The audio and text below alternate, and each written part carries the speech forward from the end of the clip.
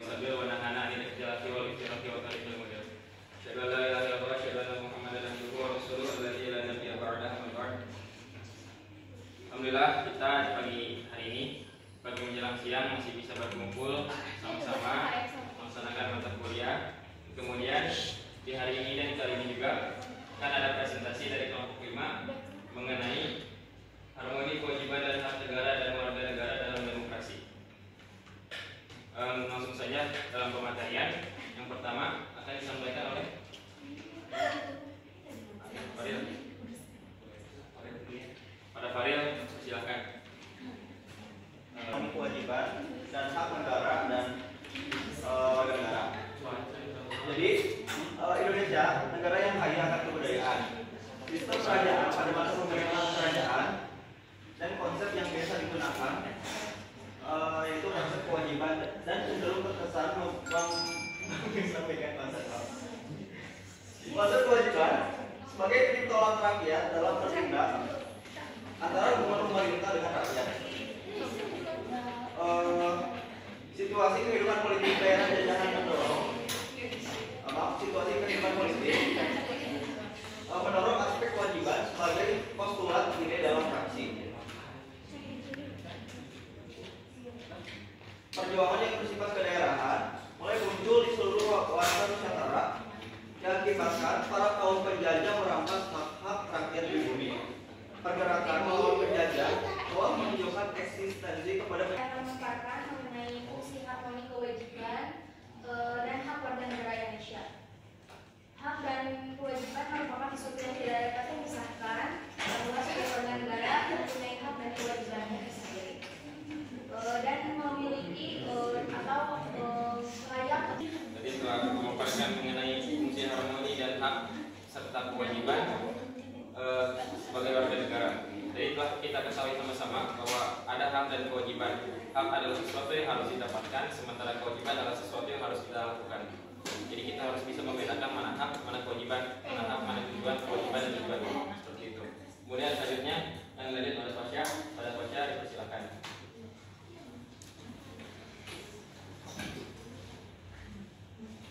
Baik, terima kasih pada Haski selaku moderator. Di sini saya akan memaparkan tentang sumber histori, sosiologi, politik tentang harmoni kewajiban dan hak warga negara Indonesia. Yang pertama ada sumber histori. Secara historis, perjuangan menegakkan hak asasi manusia terjadi di dunia barat. Eropa.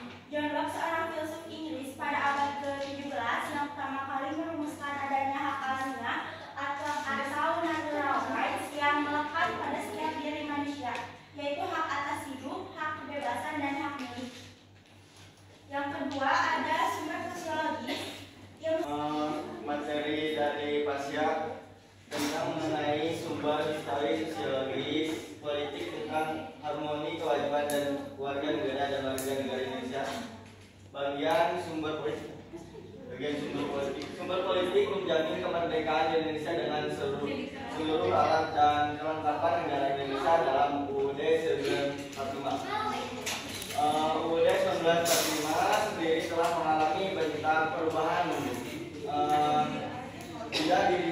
Bisa dilihat dari proses amandemen yang sudah 4 kali dilaksanakan yang bertujuan merevisi dan mengkaji ulang.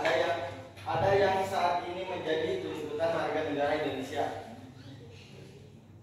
Historis, sosiologis, politik tentang harmoni, kewajiban dan hak warga negara Indonesia. Di bagaimana sumber historis dari kedaulatan dan tentang hak warga negara sendiri, kemudian sosiologi serta politiknya. Kemudian kita lanjut kepada saudari Atia untuk menjelaskan materinya. Padanya dipersilakan. Terima kasih kepada moderator.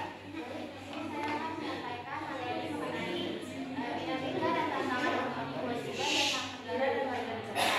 Aturan dasar kewajiban dan hak negara dan warga negara sebelum perubahan UUD 1945 mengalami dinamika yang luar biasa. Yang pertama adalah perubahan undang dasar UUD 1945 sebelum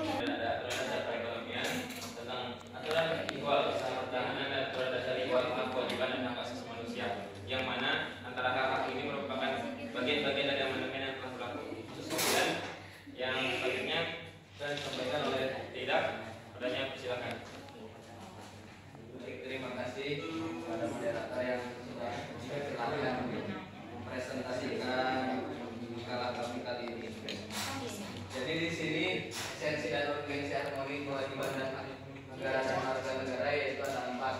Yang pertama yaitu agama, di mana agama itu di Indonesia memiliki keberagamannya masing-masing, dan agama di Indonesia yang sudah diresmikan oleh negara yaitu ada 6. Dan di Indonesia sendiri yang mengatur segala tentang esensi dan urgensi, yang mana ada 4 aspek untuk menyokong kewajiban tentang harmonisasi kewajiban hak negara dan warga negara. Jadi ketika diinginkan adanya hak dan kewajiban itu terlaksana, kemudian hak negara bisa harmoni, maka kita lihat pada 4 aspek ini. Yang pertama agama, kedua pendidikan dan budaya, ketiga perekonomian nasional dan kesejahteraan rakyat, kemudian terakhir adalah pertahanan negara.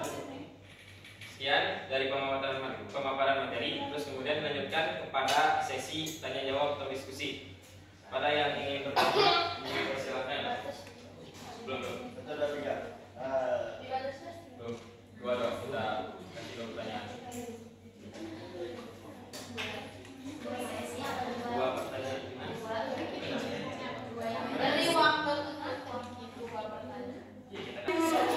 Silakan. berdiri. Baik, sebelumnya Assalamualaikum warahmatullahi wabarakatuh. Waalaikumsalam. Nama Muhammad Rida Hadi, NPM 2300 Jadi di sini saya akan bertanya dalam konteks pluralisme budaya dan kompleksitas geopolitik global, bagaimana penyiimbangan antara tugas individu dan kewajiban kolektif dapat menciptakan paradoks moral dalam proses pembentukan kebijakan publik yang adil dan berkelanjutan.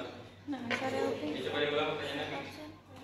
Dalam konteks pluralisme budaya dan kompleksitas geopolitik global, bagaimana penyiimbangan antara kebebasan individu dan kewajiban kolektif dapat menciptakan paradoks moral dalam proses pembentukan kebijakan publik yang adil dan berkelanjutan. Oke.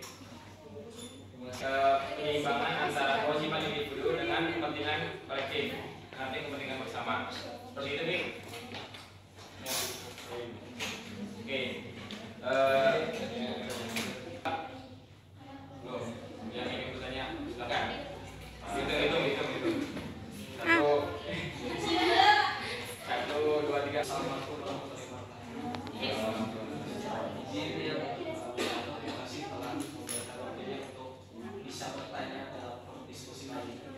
Tadi mengenai hak dan kewajiban di suatu warga negara yang ada di Indonesia, yang saya tahu mungkin hak warga negara Indonesia sekarang itu sudah disulit. Misalnya apa? Misalkan ada sumber kekayaan alam di Indonesia seperti lautan yang ada di Jakarta ya, kalau nggak salah itu apa, warga kita sendiri itu nggak bisa masuk ke dalamnya, malah justru si pantai itu dikuasai sama negara asing gitu sebagian besarnya.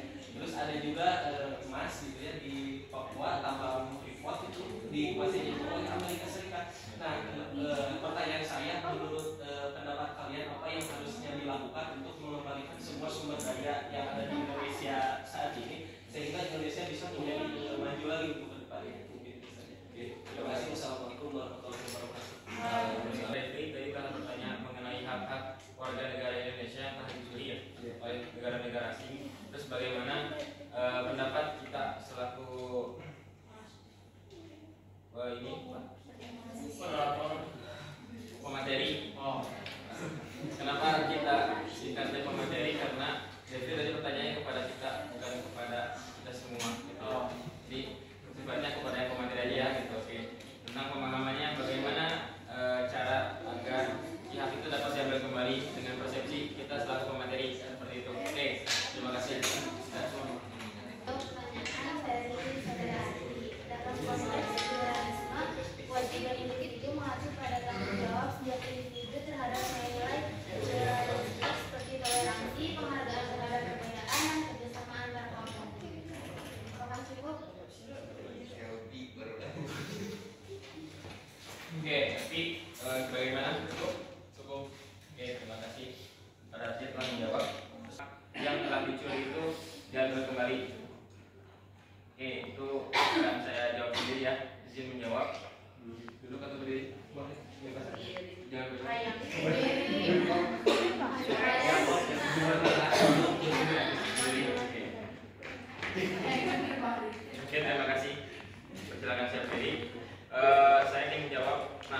Kenapa tadi saya bertanya apakah saya harus berdiri atau duduk? Itu adalah salah satu contoh bagaimana kita selaku mahasiswa punya integritas sendiri. Jangan sampai ada kata jawaban bebas. Silakan jawab ketika ini tuh sampaikan. Jadi jangan sampai jawabannya bebas atau apapun itulah ya. Nah, itu adalah salah satu cara bagaimana hak-hak yang tadi telah dicuri itu dapat diambil kembali. Karena apa? Karena di Indonesia minimnya integritas, khususnya kita selaku mahasiswa. Kemarin ada pematerian tentang kemahasiswaan dan peran mahasiswa dalam pemberdayaan masyarakat. Oke. Jadi ketika sebelum mengambil hak, ingin menerima hak selaku warga negara Indonesia, jalankan apa yang telah menjadi kewajiban terlebih dahulu, seperti mempertahankan negara, terus kemudian membayar pajak ataupun sebagainya. Apakah sudah? Itu kita tanyakan kepada diri sendiri.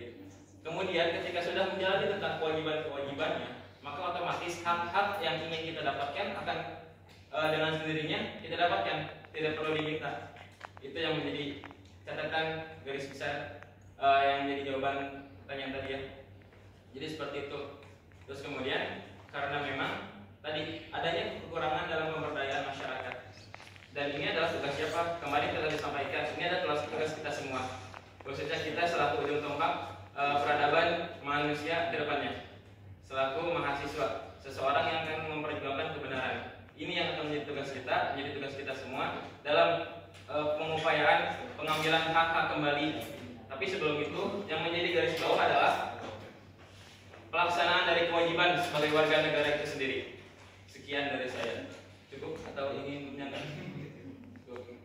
Atau dari teman-teman